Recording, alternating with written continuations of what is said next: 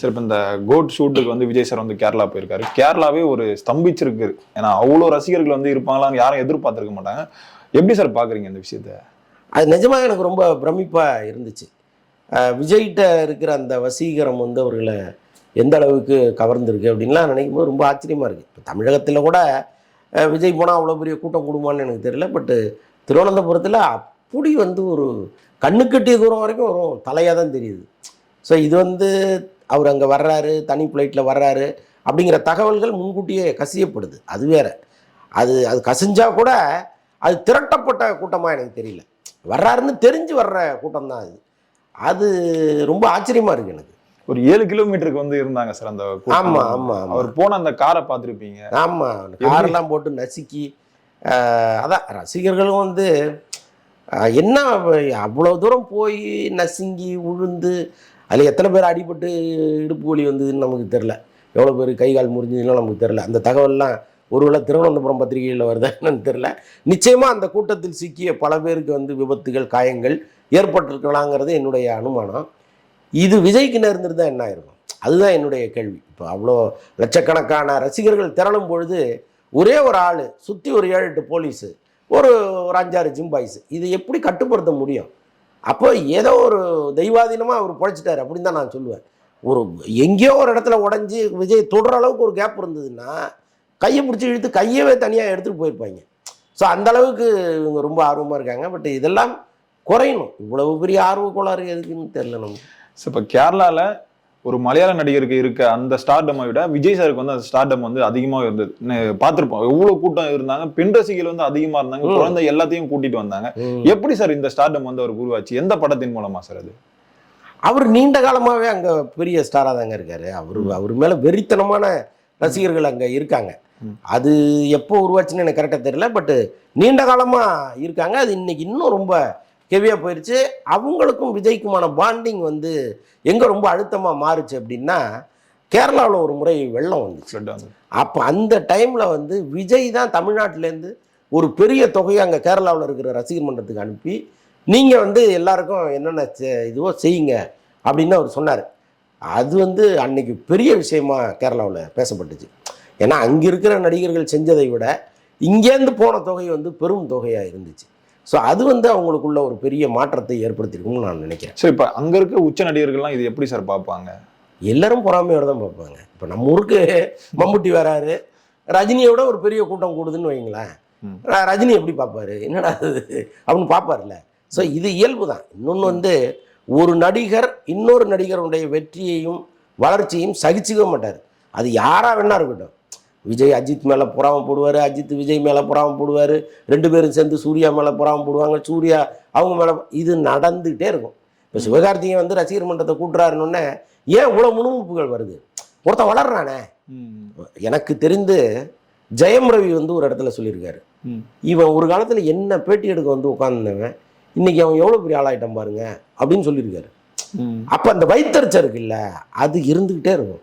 அது fire engine கொண்டு வந்து அடித்தா கூட உங்களுக்கு அந்த வைத்தறிச்சல் போகவே போகாது. இது எல்லாருக்கும் இருக்குது.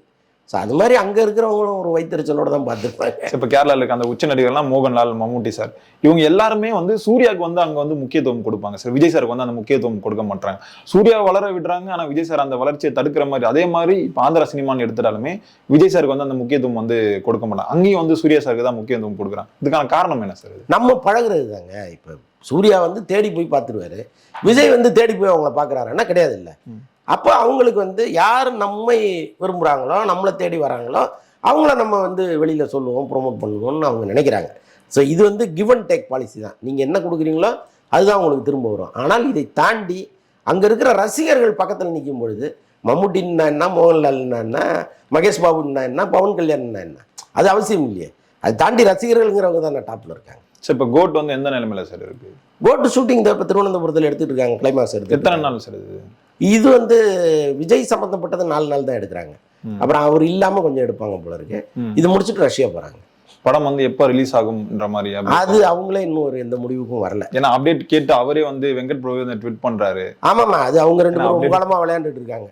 ஃபோனில் பேசிக்க வேண்டியதெல்லாம் சோசியல் மீடியாவில் அவங்க அர்ச்சனாக்கள் பார்த்திங்க என்ன பண்ணலான்னு இவர் கேட்க, அவங்க ஒரு ஐடியா கொடுக்க. ஸோ இந்த மாதிரி காமெடிகள் ஓடிட்டு இருக்கு. அதை கூட ஒரு பப்ளிசிட்டியாக தான் அவங்க பண்ணிகிட்டு இருக்காங்க. பட் அப்டேட் எப்போ கொடுப்பாங்கன்னு தெரியல. சரி, எப்பவுமே விஜய் சார் வந்து இந்த சினிமா ரிலேட்டடா இருக்கும் போது ஜெகதீஷை தான் கூட்டிட்டு போவார். இந்த விஷயத்துக்கு மட்டும் புசி ஆனந்த் வந்து கூட்டிட்டு போயிருக்காரு. என்ன சார் நடக்குது இதுல? இப்போ கேரளாலையும் அரசியல் கட்சி தொடங்கிறதுக்கான வேலை வாய்ப்பு இல்லை, அதுதான் அது சொல்லாமல் சொல்கிறாரோன்னு நினைக்கிறேன் நான். ஏன்னா எப்போவுமே அவங்களுக்குள்ள பேசப்படாத ஒரு ஒப்பந்தம் என்னன்னா, நீ என் எல்லைக்கு வரக்கூடாது, நான் உன் எல்லைக்கு வரமாட்டேன், அப்படிதான். இப்போ சினிமா தொடர்பான ஒரு விஷயம் புசி ஆனந்துக்கு தோணுது அல்லது அவருக்கு வேணும்னா அவர் ஜெகதீஷ்ட வந்து ஃபோர்ஸ் பண்ண மாட்டார். ஒரு தகவலாக சொல்லுவார், இப்படி ஒன்று இருக்குங்க, முடிஞ்சா பாருங்க அப்படின்ட்டு. அதே மாதிரி வந்து ஜெகதீஷ் அரசியல் தொடர்பான ஒரு விஷயங்களில் தலையிடுவாருன்னா தலையிடவே மாட்டார். அது அவங்க ஏரியாங்க, நான் போக மாட்டேன் அப்படின்ட்டு. இது வந்து அவங்களுக்குள் எழுதப்படாத ஒரு ஒப்பந்தம். இப்போ ஷூட்டிங்க்கு அவர் புசி ஆனந்த் கூட வர்றாருன்னா அப்போ அவங்களுக்கு வேற ஏதோ ஒரு திட்டம் ஒன்று இருக்குது கேரளாவை பொறுத்தளவுக்கு. இப்போ தமிழக வெற்றி கழகம்னு பேர் வச்சுட்டு கேரளாவில் போய் நீங்கள் என்ன பண்ண முடியும்? இப்போ கேரளாவில் ஒரு எம்எல்ஏ தேர்தல் வருது, சட்டமன்ற தேர்தல், இவர் நிற்கிறாருன்னு இவங்க கட்சி யாரோ நிற்கிறாங்க அப்படின்னா தமிழக வெற்றி கழகம் கேரளாவில் போய் என்ன பண்ணும்? கேரளா வெற்றி கழகம் மாத்திடுவாங்களா சார்? அப்படி ரெண்டு கட்சி நடத்த முடியாது இல்லை, இங்கே ஒன்று அங்கே ஒன்று நடத்த முடியாது. அதனால அகில இந்திய தமிழக வெற்றி கழகம்னு, ஏன்னா தேசிய திராவிட முற்போக்கு கழகம்னு வரும்பொழுது இது மாதிரி வைக்க முடியாதா என்ன?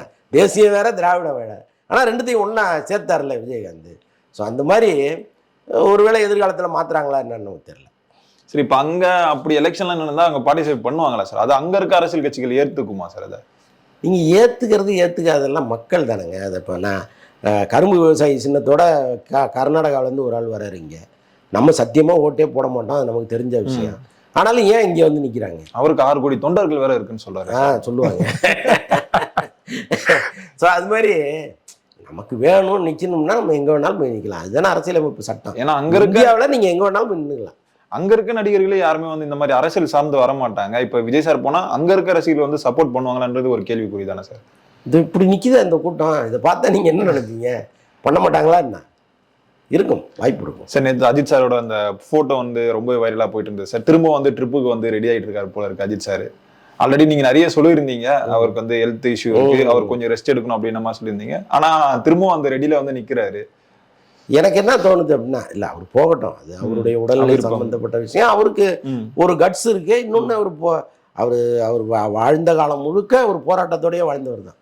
கீழே விழுறது, அடிபடுறது, முதுகெலும்பு உடைச்சிக்கிறது, காலை உடைச்சிக்கிறது, கையை உடைச்சிக்கிறது, ஹாஸ்பிட்டலுக்கு போறது வர்றதுன்னா அவர் ஹாஸ்பிட்டலும் வீடுமா தான் பல காலம் இருந்திருக்காரு. அதனால இதெல்லாம் அவருக்கு ஒரு பெரிய பொருட்டா கூட இருந்திருக்காது. எல்லாத்தையும் தாண்டி மனசு தான்.